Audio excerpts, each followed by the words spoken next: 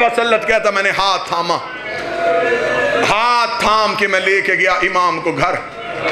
اب اسلط کہتا میں نے جلدی جلدی بستر بنایا۔ امام نے کہا بستر بعد میں بنا، جلدی کر ہرسمہ کو بلا کے لا۔ اب اسلط کہتا میں ہرسمہ مولا کا نوکر، مولا کا خاص صحابی، جیسے علی کو ابو ذر و کمبر سے پیار تھا ایسے رضا کو اب اسلط اور ہرسمہ سے پیار۔ اب اسلط کہتا میں روتا ہوا ہرسمہ کے گھر کی طرف دوڑا۔ اب اسلط کہتا جو ہی میں بازار میں گیا تیز آندھی آ گئی، اتنی تیز بارش ہوئی، اور یہ اثر ہے جب امام کو زہر ملتی ہے تو ہمیشہ ایک ایسا طوفان آتا ہے جس سے لوگ ڈر جاتے ہیں، اس لیے کہ کائنات میں تبدیلی آتی ہے جب حجت دنیا چھوڑ رہی ہوتی ہے۔ اب اسلط کہتا ہے میں نے زندگی میں اتنا خوفناک طوفان نہیں دیکھا تھا، ایسے لگ رہا تھا جیسے خراسان میں لہو کی بارش ہونے لگی ہے، اتنی تیز آندھی تھی، دروازوں کے ساتھ دروازے لگ رہے تھے، لوگ ڈر کے اپنے اپنے گھروں میں بیٹھ گئے۔ اب اسلط کہتا میں روتا روتا ہرسمہ کے دروازے پہ گیا، میں نے دروازے پہ دستک دی، ہرسمہ مصلی پہ بیٹھا تھا۔ میں نے کہا ہرسمہ کیا کر رہا ہے؟ اس نے کہا نماز آیات پڑھ رہا ہوں، اتنی تیز اور اتنی خوفناک آندھی آ گئی ہے، اللہ جانے کسی مظلوم کا گھر تو نہیں اجڑ گیا، اتنا کہنا تھا۔ اب اسلط کہتا میں نے ہرسمہ کے گلے میں باہیں ڈالی، روکے کا کوئی مظلوم نہیں، ہمارا امام غریب ہو گیا ہے، ہمارے مولا کو زہر مل گئی ہے۔ اب اسلط کہتا بازار میں ادھر سے میں رو رہا تھا، ادھر سے ہرسمہ رو رہا تھا۔ اب اسلط کہتا میں کبھی ہرسمہ کو پکڑتا تھا، کبھی ہرسمہ مجھے پکڑتا تھا، ہم ایک دوسرے کو سہارا دیتے دیتے جب امام رضا کے گھر گئے، اب اسلط کہتا میں نے دروازہ کھولا، میں نے امام کو بستر پہ نہ پایا، میں نے ہرسمہ سے کہا میں تو ابھی مولا کو بستر پہ چھوڑ کے گیا تھا۔ وہ کہتے جلدی جلدی ہم نے چراغ روشن کیا، ہم نے دیکھا رضا زمین پہ ایسے تڑپ رہا ہے جیسے مچھلی بغیر پانی کے تڑپتی ہے۔ اب اسلط کہتا میں نے قدموں پہ ہاتھ رکھا، ہاتھ رکھ کے کہا مولا زہر کا اثر زیادہ تو نہیں؟ امام رو کے کر کے مجھے بتا تجھے آنے میں دیر کیوں ہوئی ہے؟ رو کے کر کے مولا باہر طوفان بڑا تیز ہے، باہر بارش بڑی تیز ہے۔ رضا رو کے کہتا تم مرد ہو کے گھبرا گئے، وہ عورت ہو کے اکیلی قوم کی پہاڑیوں پہ رو رو کے کہہ رہی ہے رضا میری اونٹنی مر گئی، میری کنیز مر گئے، ماتم غریب۔